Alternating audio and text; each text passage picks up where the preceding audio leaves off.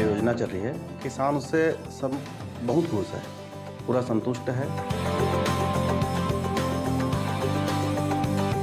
धान खरीदी बढ़िया व्यवस्थित ढंग से हो रहा है। सबसे पहले हिंदुस्तान में उद्योग का पहिया कहीं घुमा है लॉकडाउन के बाद तो छत्तीसगढ़ में घुमा है।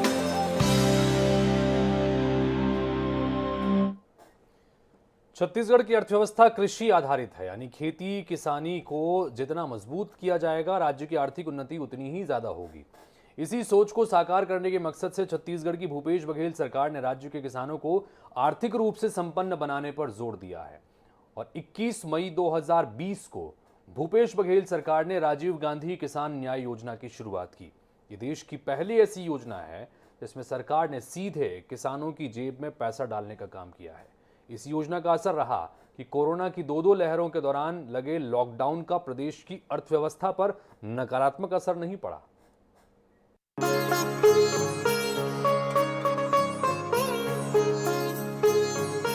छत्तीसगढ़ एक ऐसा राज्य है जहां राज्य सरकार की दृढ़ इच्छा शक्ति से बनी नीतियों ने किसानों के मान सम्मान को बढ़ाया है।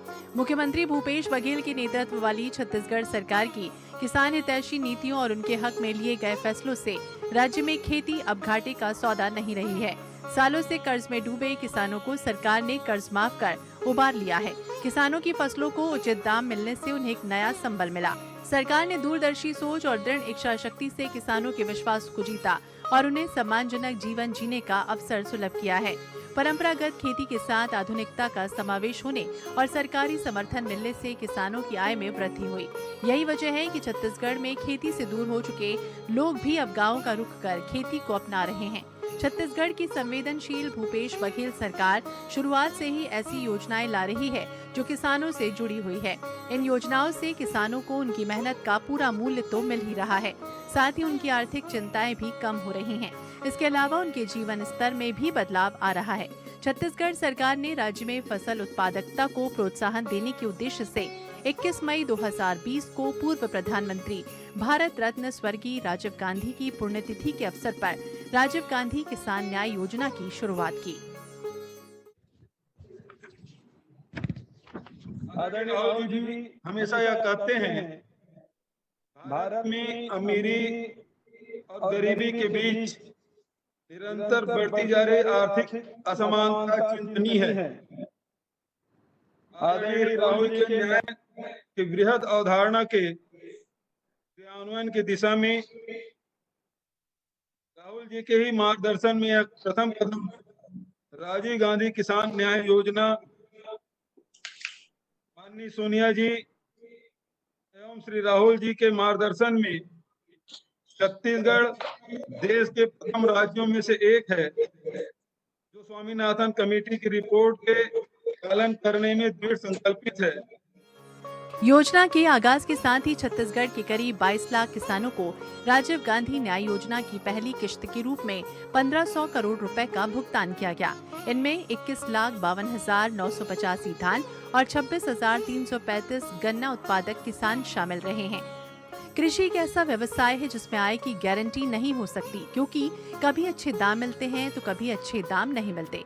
ऐसे में पैसों की कमी होने पर किसान बेहतर उत्पादन के लिए जरूरी सामान जैसे उन्नत बीज, उर्वरक, कीटनाशक और जरूरी कृषि उपकरण खरीद नहीं पाते। किसानों को इस तरह की परेशानियों से राहत दिलाने के मकसद से छत्तीसगढ़ सरकार ने राजीव गांधी किसान न्याय योजना की शुरुआत की और जल्द ही इसके सकारात्मक परिणाम दिखाई दिए। इस योजना के तहत खरीफ सीजन 2019 से 20 में रजिस्टर्ड करीब 22 लाख किसानों को कृषि आदान सहायता के रूप में 5,628 करोड़ रुपए की आदान सहायता राशि दी गई। 4 किश्तों में ये राशि किसानों के बैंक खाते में छत्तीसगढ़ सरकार द्वारा अंतरिम की गई। में आने के बाद हमने वादा किया था कि छत्तीसगढ़ मेहनत कश किसानों को हम उनके खून पसीने से उपजाई गई फसल का पूरा मूल्य देंगे। हमने राजीव गांधी जी के शहादत दिवस 21 मई को राजीव गांधी किसान न्याय योजना की शुरुआत की थी।